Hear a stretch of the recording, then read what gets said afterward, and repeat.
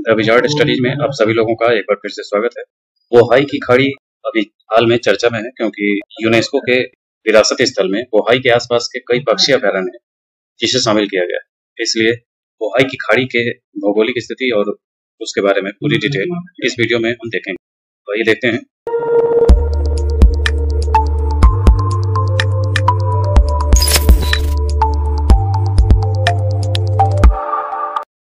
सबसे पहले ये लोकेशन देख लें। ये है बोहाई की खाड़ी। यहाँ आप चीन के पूर्वी हिस्से में, ये कोरिया और चीन के बीच में ये येलो सागर है। इस येलो सागर के उत्तर पश्चिमी हिस्से में बोहाई की खाड़ी है।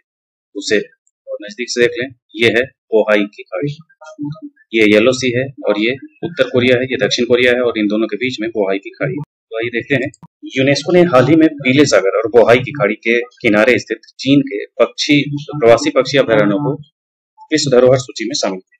यह पूर्वोत्तर और उत्तरी चीन के तट पर पीले सागर की सबसे भीतरी खाड़ी है। पीला सागर और एक पीला सागर नाम का जो कारण है वो इस हिस्से में एक ये जो पॉइंट है, यहाँ पे एक येलो सी है, यहाँ चीन का हिस्सा, जहाँ इस येलो सी के द्वारा जो जल छोड़ा जाता है उसका जल बहुत ही पीला होता था, इसलिए उसका पीला सागर नाम है। इस वजह से पीली नदी के गिरने की वजह से पीला सागर इसका नाम पड़ गया था। इसे कभी कभी बोहाई सागर या संक्षेप में बोहाई कहा जाता है। पहले इसे चिहली की खाड़ी या पेचिली की खाड़ी कहा जाता था। जो बोहाई की खाड़ी है उसी को चिहली की खाड़ी पहले कहते हैं। इसका क्षेत्रफल लगभग 78,000 वर्ग किलोमीटर है तथा चीन की राजधानी बीजिंग से काफी नजदीक है। देख लें, ये है बीजिंग और इस बीजिंग से ही बहुत करीब में है ये चिहली की खाड़ी या बोहाई की खाड़ी। बोहाई की खाड़ी के सबसे महत्वपूर्ण शहरों में डालियान और तियाजिन है। इसके तट देश के 3 सबसे प्रसिद्ध खाड़ियों का निर्माण करते हैं। लियोडोंग खाड़ी, बोहाई खाड़ी और लाइजो खाड़ी। ये 3 खाड़ियां हैं। यहीं पर देखें, ये तीनों खाड़ियां हैं, इनके बीच में बोहाई की खाड़ी है और यहाँ पे 2 प्रायद्वीप है, लियाडोंग प्रायद्वीप और शेंडोंग प्रायद्वीप। इन दोनों के वजह से ये बंद जैसा स्वरूप इसका हो गया है, इसलिए ये खाड़ी जैसा बन गया। ये प्रायद्वीप लियाडोंग प्रायद्वीप है और ये शांडोंग प्रायद्वीप है। इनका नाम याद रखिएगा, एग्जाम में आ सकते हैं दोनों प्रायद्वीप के बारे में। चीन की दूसरी सबसे लंबी नदी पीली नदी इसी खाड़ी में गिरती है। यहाँ तटवर्ती और अपतटीय दोनों प्रकार के पेट्रोलियम भंडार हैं तथा कई तेल रिफाइनरियां तथा अन्य उद्योग भी यहाँ स्थित हैं। पीला सागर के बारे में जान लें तो यह पश्चिमी प्रशांत महासागर का सीमांत सागर है। यह पश्चिम और उत्तर में मुख्य भूमि चीन, पूर्व में कोरिया प्रायद्वीप, दक्षिण में शांडोंग प्रायद्वीप और लियाओदोंग प्रायद्वीप के बीच स्थित है।